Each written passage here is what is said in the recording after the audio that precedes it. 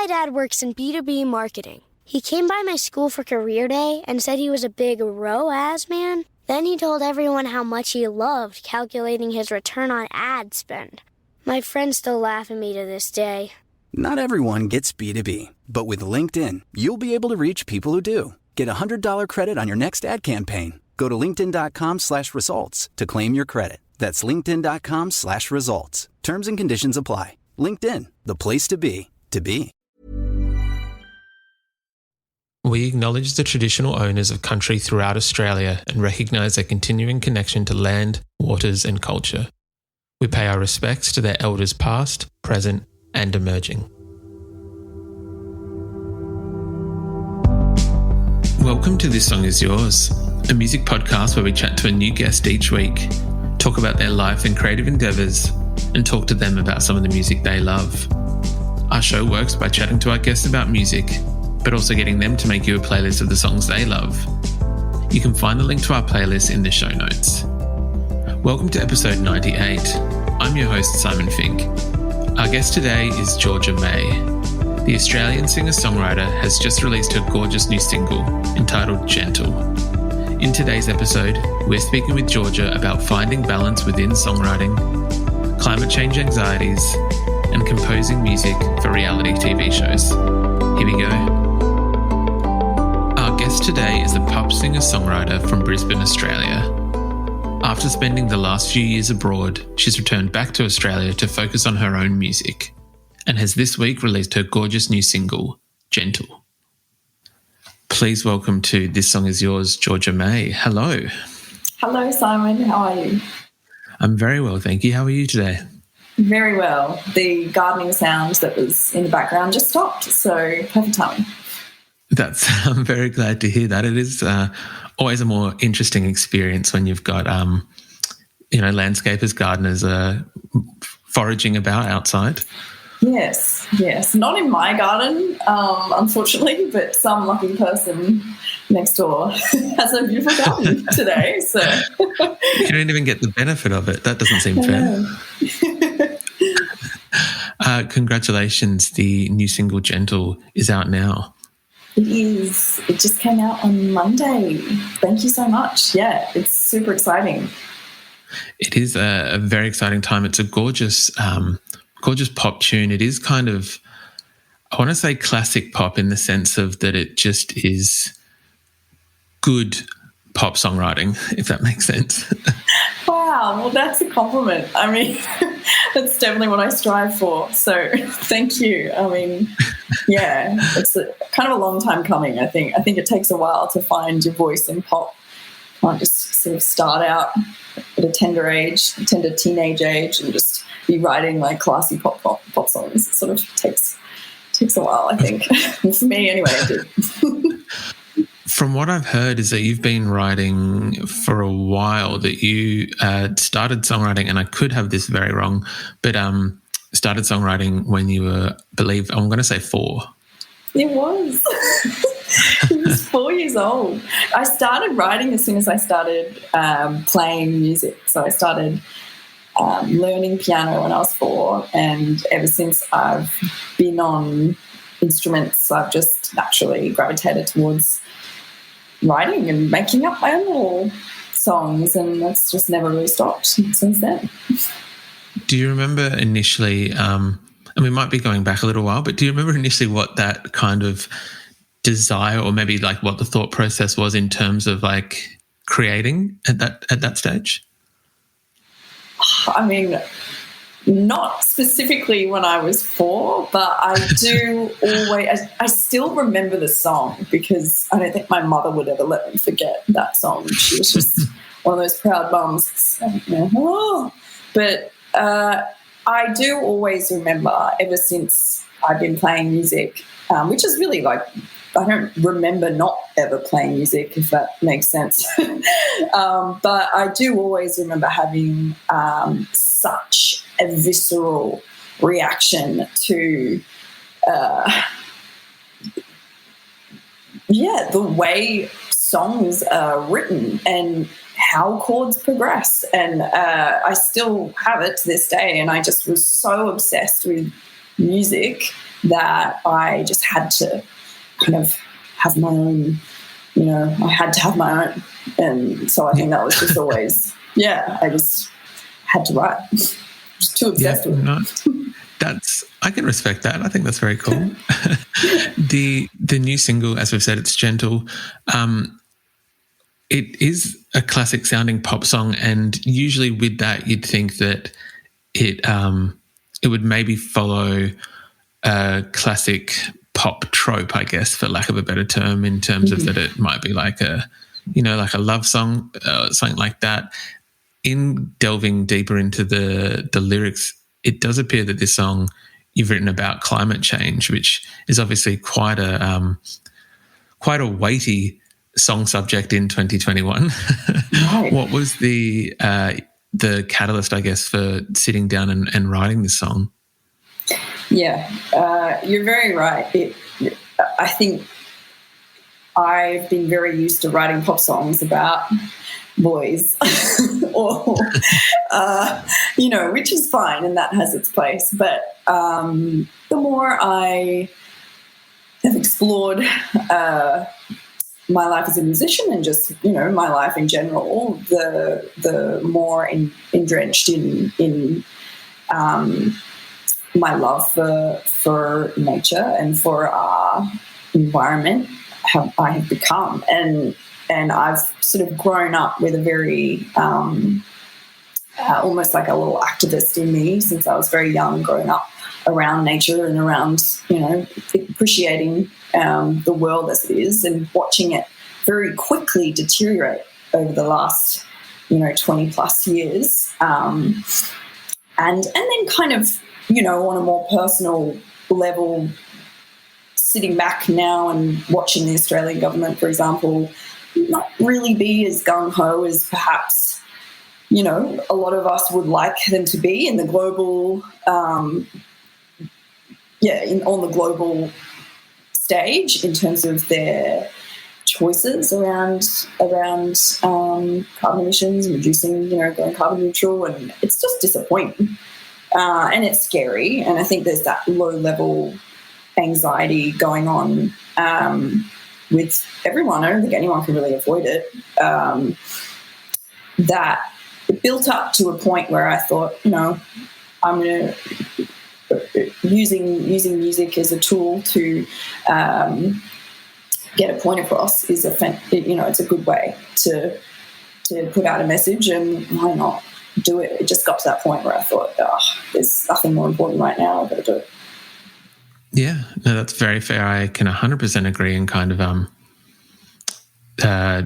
not sympathise, empathise. I agree with what you're saying in terms of both just any action from the Morrison government would be nice in relation to climate change. Just anything at this point. I agree. Yeah. How do you find, because sometimes it is very difficult to, even if it's a song about love, whatever it may be, sometimes finding that balance in songwriting of, not wanting it to be too heavy on this or like too light or fluffy on this. Mm-hmm. Writing about climate change, I can imagine, is like a whole different kind of kettle of fish. How did you find that balance of wanting to, be succinct in saying that you're concerned and conveying that anxiety, but also not having, a 3.5-minute pop song of just of anxious thoughts? Exactly. It was challenging. Yeah. It's actually the most challenging song I've ever written.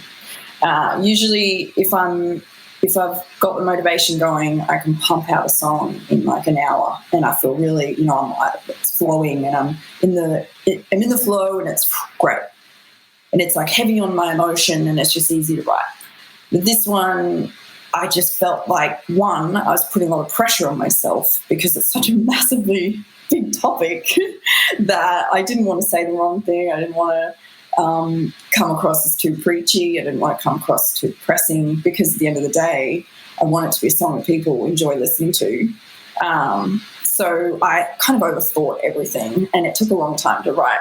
And for years, I think I was sort of building up to, I wanted to write a song about how I felt about climate change, but I was too afraid to. It's such a big topic that I didn't want to I was too scared to get into it. But eventually, over time, I kind of settled on a standpoint that felt like it was sort of this sweet spot between fun and, a boppy tune, but also really highlighting my more personal, intimate relationship with the earth, and then how I feel personally as just a woman in the world, rather than kind of attacking it from this really sort of overwhelmingly massive viewpoint of the world's going to burn and we're all going to die.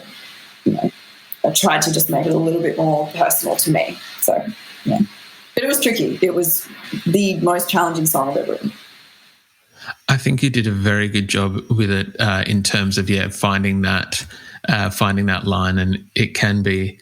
We've had one or two people who have written about climate change on the show previously, and not to discredit any of their work, but it does seem like it's a difficult beast to tackle in the best way to put it.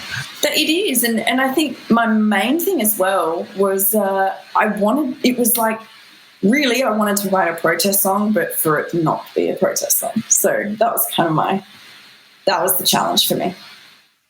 That's very cool. No, I can understand that. The song is to my understanding, the first taste of, I think, a future EP that we might have out at some point. What can people expect of the EP?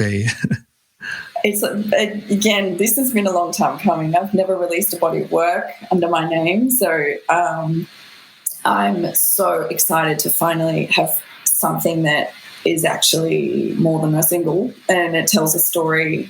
I'm for me, it's like opening a book and you've got different chapters in the book, and I just think that's so fun and exciting as a listener or as a reader. When I'm listening to stories or reading books, you get to sort of see a bit more of the picture, and I just can't wait to put that out into the world. It's very exciting. We do look forward to it when it does come out.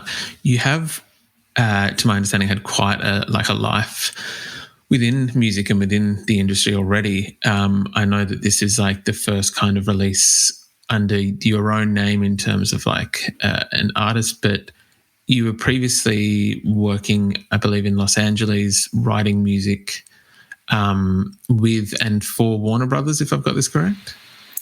Yeah, essentially, yeah. So the job that I ended up leaving because of COVID while I was over there was music editor. So I was doing assistant music editing. So all sorts of things. It's kind of like working with the composer of a film, director of a film, and making that work.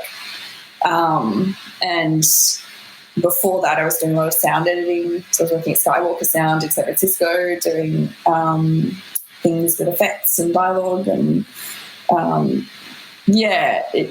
that was kind of where I went from university after graduating, was post-production in film, TV.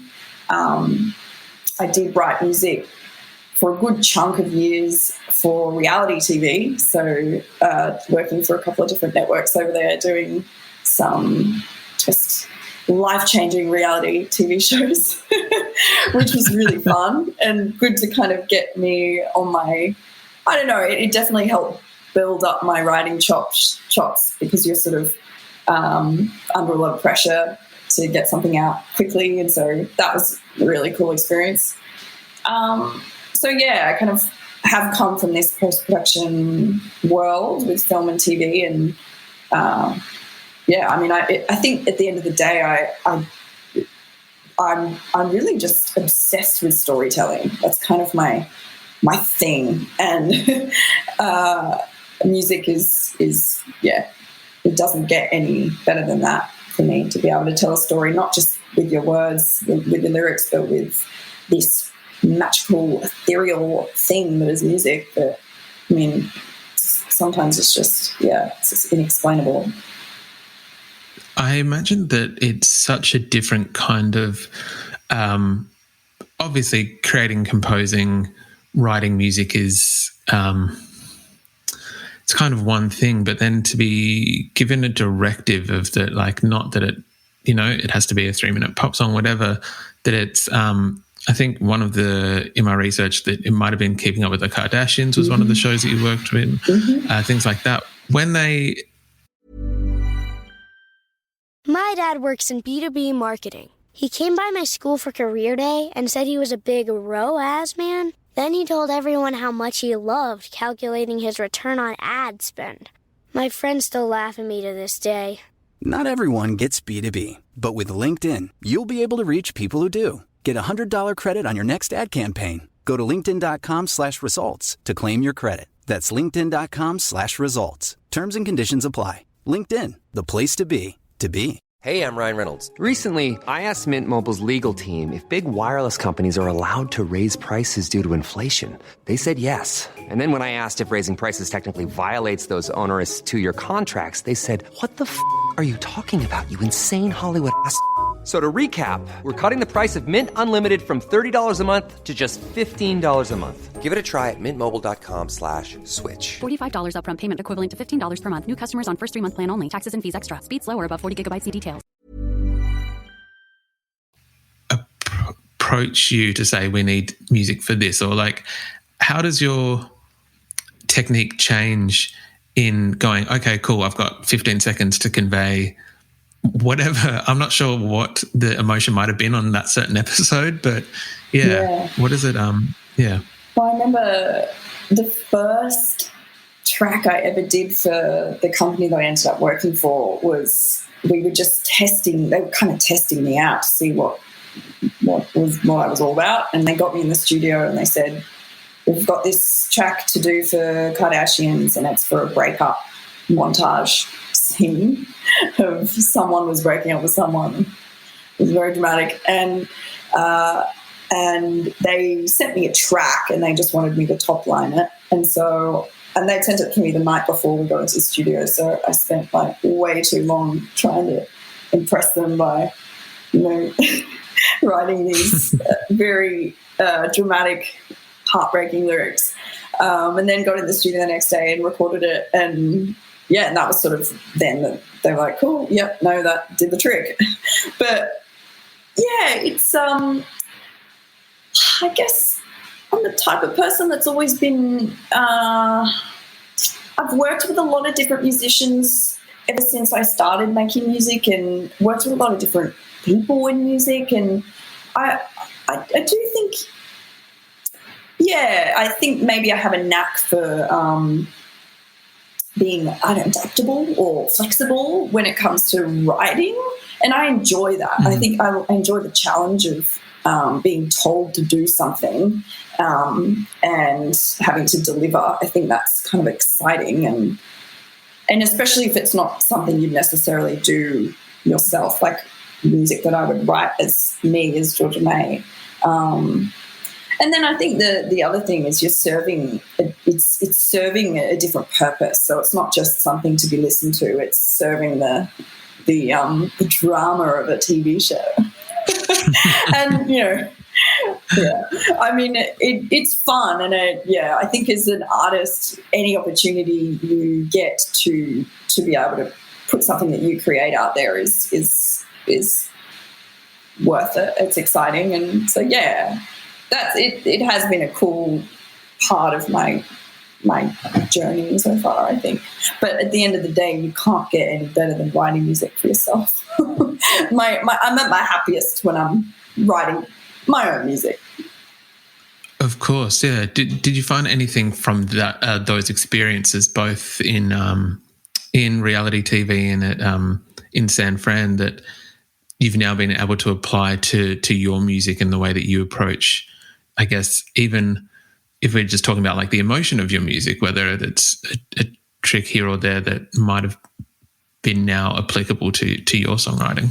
Honestly, I think the thing that I've learnt the most is to do exactly the opposite of what you do when you're writing for someone else.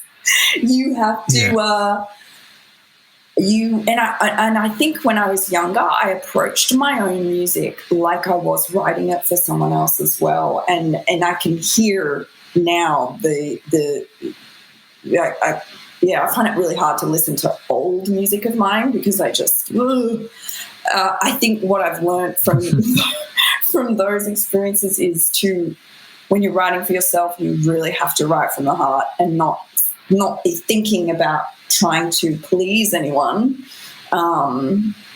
because the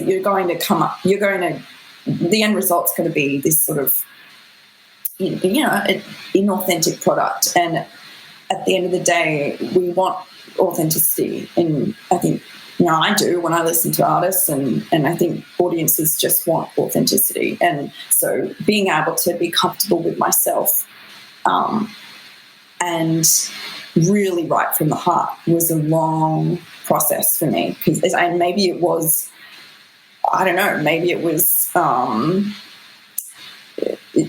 that process was lengthened because of the work I did for other people, and I was so used to pleasing a client or, pleasing other people that maybe it took longer for me to find my true sort of, that being comfortable with myself. But yeah, that's the most important thing I think that I've learned is just to listen to what is really deep inside of me. It's a very strong lesson to have learned, and it's obviously one that I feel is working for you. With the release of Gentle now out, and as we discussed the EP, can we hopefully come summer with how things are going in the country and borders, everything else, can we expect to see some live shows from yourself? Absolutely. At this stage, next year is really, it's not feasible planning anything for this year, but absolutely performing is, on par is my favourite thing to do. It's writing. So, I'm itching. I'm itching to get on stage, especially with this new music. Will we have a solo kind of, setup for the live show, or are you looking at more of a full band, or what can we expect from some of those shows when they do happen? A full band is the dream. I've done the solo thing a lot, and it would sort of be me kind of doing 1,000 things at once. I'd have like a keyboard and a guitar and Ableton Push, and I'd be singing, and then I'd be looping things, and it was just a hot mess on stage. So I'd love to sort of steer away from that for a while and have some amazing musicians on stage with me and, kind of relax into it a bit. That'll be very exciting. Hopefully looking forward to those shows. Georgia, usually we would ask our guests what they're currently listening to, if there's anything on your record player or streaming service, whichever one you choose to use. What are you currently listening to? It's so mixed. I'm listening to some Jeff Buckley. I'm listening to some Nairi, and I hope I'm pronouncing that right. Ngarie. Her latest album is incredible, and all of her stuff is incredible. I'm also listening to. I usually don't go a day without listening to Radiohead at some point. That's just, I just accepted that. It's part of my life now. And to be honest, I don't know if this is, great to, well, no, he's a great musician. I'm obsessed with Georgia Mae's latest album. So I think it's a piece of art, and is that you too? Is that a yes from you? I was going to point, I'm not sure if you can see the record just behind me, but that is the... Yes. Oh, thank you. Good. Yes. I feel validated. Got Tame Impala. Currents is just one of the... So, I really do go back to the classics, I think, is sort of... I do find myself there, and then some days I kind of go on a weird tangent. I listen to Grimes a lot at the moment. She's a big inspiration for me in lots of different ways. It varies. That's very cool. I especially with Grimes as well, because I feel that she's covered quite a lot of musical ground within her 3 or 4 albums that she's put out. Do you think that you could see yourself with having kind of like such a varied listening taste Do you think that you could see yourself kind of maybe trying out some of those different sonic palettes at a different point, maybe like a Georgia Mae Radiohead-esque album or John Mayer-esque album or Grimes-esque album? Look, I hope so. I think, there's no... The possibilities are endless. And yeah, I think, yes, absolutely. I think like Elliott Smith is someone who I also look up to a lot, and even within his work, you just go, wow, it's just people that show different parts of their soul, I think are so interesting. And I would hope that, I have the ability to show different parts of my soul in the future, yes. That's very cool. Along with the EP, we do look forward to possibly what comes after that, and then we'll see which of those possible roads you might go down. It's exciting. Georgia, thank you again for coming onto the podcast today, and congratulations again on Gentle. Thank you so much for having me.